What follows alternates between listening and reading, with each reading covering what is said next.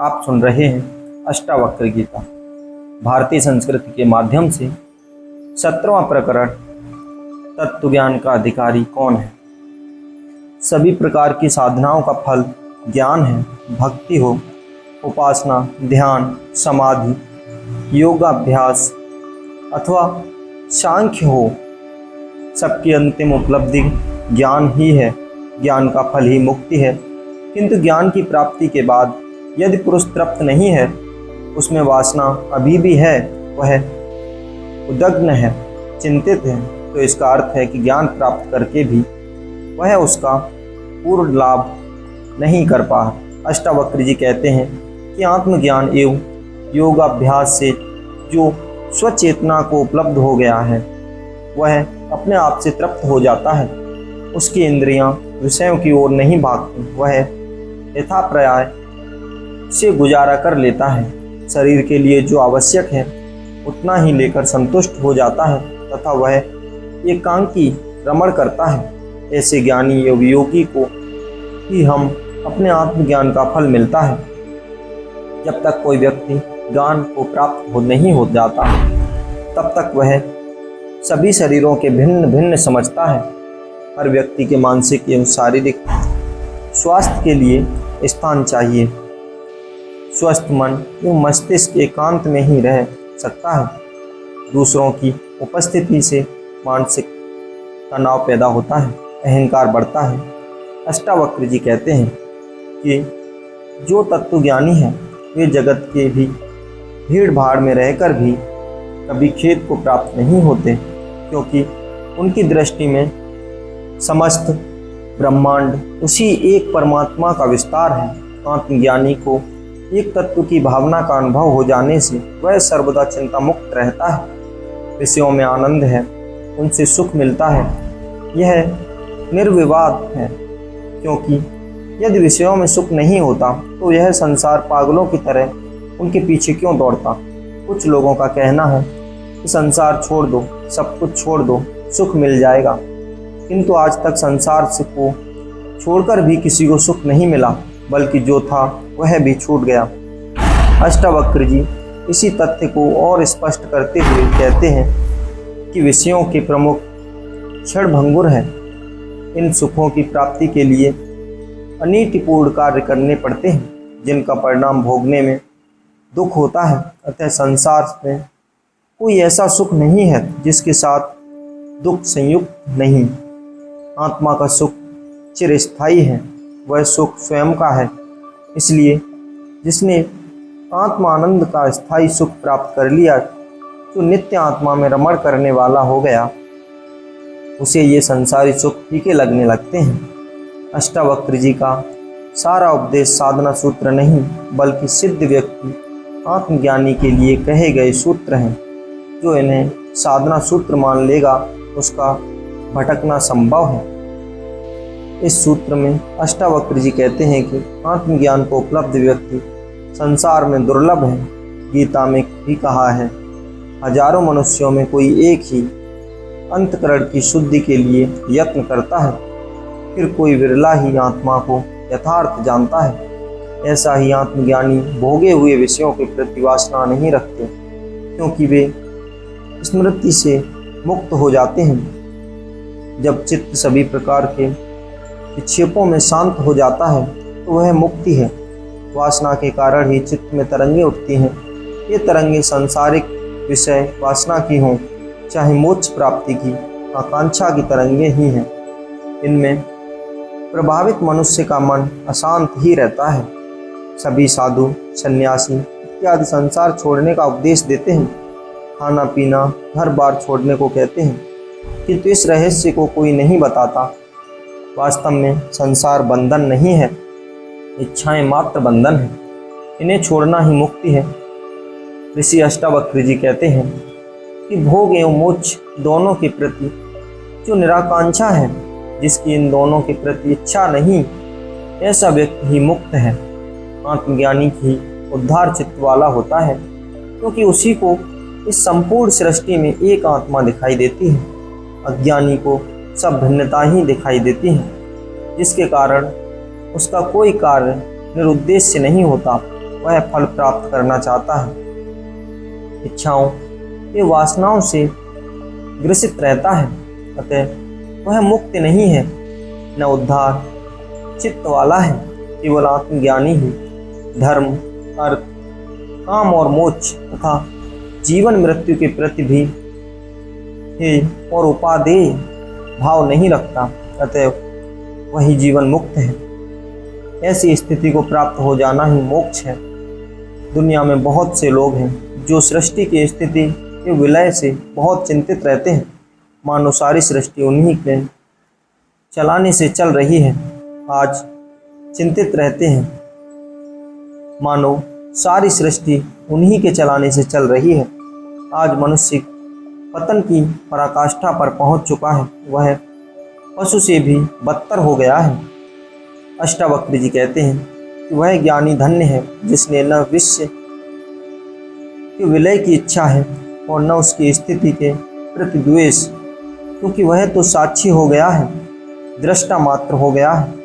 एक ही चैतन्य आत्मा है, इस संपूर्ण सृष्टि का आधार है। इस चेतना से सर्वप्रथम बुद्धि उत्पन्न हुई, इस बुद्धि से अहंकार उत्पन्न हुआ तथा अहंकार के कारण जीव ने अपने को उस चैतन्य आत्मा से भिन्न अनुभव किया। यही अज्ञान का उसका पाप बन गया। यह बुद्धि उस विराट आत्मा की एक छोटी सी किरण है। आत्मा महासागर है तो बुद्धि एक छोटा सा चम्मच। ऐसी बुद्धि से मनुष्य परमात्मा को नापता है। बुद्धि तर्क वितर्क, सोच विचार, प्रश्न उत्तर, चिंतन मनन का निर्णय तो कर सकती है, पर इसके विराट को नहीं जान सकता। अष्टावक्र जी कहते हैं, जो आत्मज्ञान से कृतार्थ अनुभव कर लेता है उसकी बुद्धि गलित हो जाती है, वह क्षुद्र से विराट बन जाता है, वह चिंता वासना से मुक्त हो जाता है। जीवन संयुक्त है किंतु बुद्धि के कारण ही भिन्नता दिखाई देती है। बुद्धि के गलित हो जाने पर ही सब संयुक्त दिखाई देता है। यही सत्य है, यही ज्ञान है। जहाँ बुद्धि की सीमा समाप्त होती है वही चेतन का अनुभव होता है। बुद्धि का अनुभव क्षुद्र का ही अनुभव है, उसका अनुभव संसार तक ही सीमित है, किंतु चेतना का अनुभव विराट का अनुभव है। क्षुद्र से ऊपर विराट को ही देखता है। ऐसे समग्र के दृष्टा आत्मज्ञानी को संसार से न तृष्णा होती है न विरक्ति, उसकी दृष्टि शून्य हो जाती है। शून्य दृष्टि में ही पूर्ण का आभास छिपा है। ऐसे ज्ञानी चेष्टा रहित हो जाते हैं, क्योंकि इसे सब कुछ मिल गया है, फिर वह और क्या पाने की चेष्टा करे। परम आनंद मिल जाने से क्षुद्र की क्षणिक सुख अपने आप छूट जाते हैं। मुक्त चेतना वाला व्यक्ति उस विराट का अनुभव कर लेता है, जिससे उसके समस्त सांसारिक कर्म जो वासना, तृष्णा, इच्छा, राग, द्वेष, अहंकार, तृप्ति आदि के लिए किए जाते हैं, छूट जाते हैं। वह सभी कर्मों का साक्षी मात्र रह जाता है। ज्ञान की यही परम दशा है। चेतना की 4 दशाएं हैं, जागृति, स्वप्न, सुषुप्ति, तुरीय, जागृति। इसमें कर्ता भाव एवं अहंकार होता है। स्वप्न, इसमें कर्ता भाव एवं अहंकार क्षीण हो जाता है। सुषुप्ति, इसमें उपर्युक्त भावों का अभाव हो जाता है। तुरीय, इसमें व्यक्ति मिट जाता है, परमात्मा ही रह जाता है।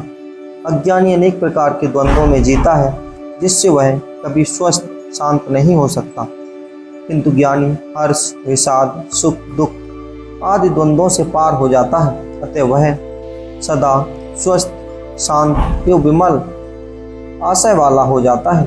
यही वसुदेव कुटुंबकम की भावना से भर जाता है। ऐसा व्यक्ति ही सर्वत्र सुशोभित हो जाता है। जो आत्मज्ञान को उपलब्ध हो गया है वह जीवन मुक्त है। ऐसा व्यक्ति वासनाओं में ऊपर उठ जाता है तथा सभी द्वंद्वों से पार हो जाता है। वह हित एवं अहित से मुक्त रहता है। वह सभी कार्य करता हुआ भी उसमें लिप्त नहीं होता, क्योंकि कर्तापन का भाव तिरोहित हो जाता है। परमात्मा सभी रसों का रस है।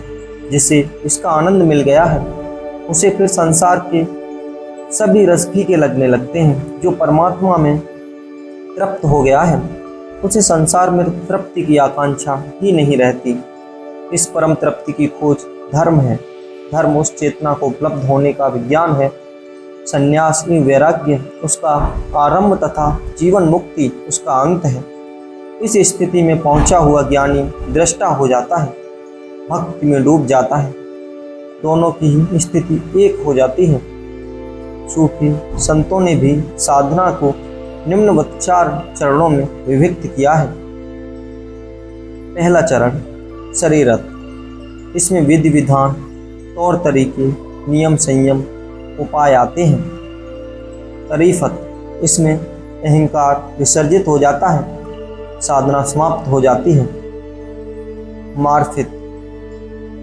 इस चरण में साधन को परमात्मा की झलक मिलती है, किंतु द्वैत बना रहता है। चौथा है हकीकत। इस अंतिम चरण में अद्वैत की अनुभूति होती है, केवल ब्रह्मा सत्य ही रह जाता है।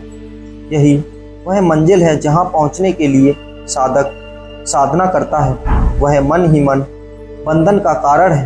मन की 2 वृत्तियाँ मुख्य बताई गई हैं, जिससे वह कभी शांत नहीं हो सकता। पहली है राग एवं भय।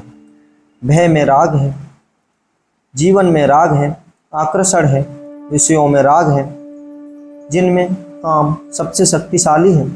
काम से जीवन मिला है। वासना, कामना, सृजन की ऊर्जा ही काम है। यह सृष्टि का ही विस्तार है। और दूसरा है मृत्यु का भय। यह भी राग एवं वासना के कारण है, जिसने संसार को पूरा भोगा नहीं।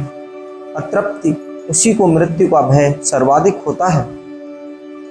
जब राग एवं वासना छूट जाती है, तब मनुष्य मृत्यु से भयभीत नहीं होता है। अतः आसक्ति और भय एक ही सिक्के के 2 पहलू हैं। अष्टावक्र जी कहते हैं कि प्रीतियुक्त स्त्री और मृत्यु को निकट देखकर भी जिस ज्ञानी का मन अविचल एवं स्वस्थ शांत रहता है, उसी को मुक्ति कहना चाहिए। इस प्रकार मन का संपूर्ण विकारों से रहित होना ही मुक्ति है। सुख दुख का भेद चाह के कारण, वासना के कारण है। यदि चाह बदल जाए तो दुख सुख में एवं सुख दुख में परिणत हो जाता है। आत्मज्ञानी शरीर को नहीं देखता, सर्वत्र आत्मा को ही देखता है। वह संपत्ति और विपत्ति को भी मन का ही प्रक्षेपण मानता है। आत्मज्ञानी समदर्शी होता है, वह इनमें प्रभावित नहीं होता, इसलिए वह अभेद दृष्टि के एक ही आत्मा का अनुभव करता है। ऐसा व्यक्ति ही मुक्त है, जिसको आत्मज्ञान हो जाता है। जो परम तत्व को जान लेता है, उसका संसार खो जाता है। उसके प्रति उसका कोई आकर्षण नहीं रहता। उसके अपने भीतर वासना, मोह, ममता, स्वार्थ आदि के कारण संसार के प्रति जो उपादेय की दृष्टि होती है, वह बदल जाती है। ऐसा ज्ञानी सर्वत्र अपेक्षा भाव से अपने स्वभाव में, अपने में स्वानुसार से स्वच्छंद जीता है। ईश्वर भी ऐसा ही है। वह न दयावान है, न करुणावान है, न हिंसक, न अहिंसक। वह न दंड देता है, न पुरस्कार देता है। उसने न तो सृष्टि बनाई है और न उसको चलाता है। वह अपने विशिष्ट नियमों से स्वतः चल रही है। इसलिए परमात्मा न करता है न भोगता। ज्ञानी भी ऐसा ही ईश्वर तुल्य हो जाता है। अष्टावक्र जी कहते हैं कि जीवन मुक्ति व्यक्ति परम भोगी है।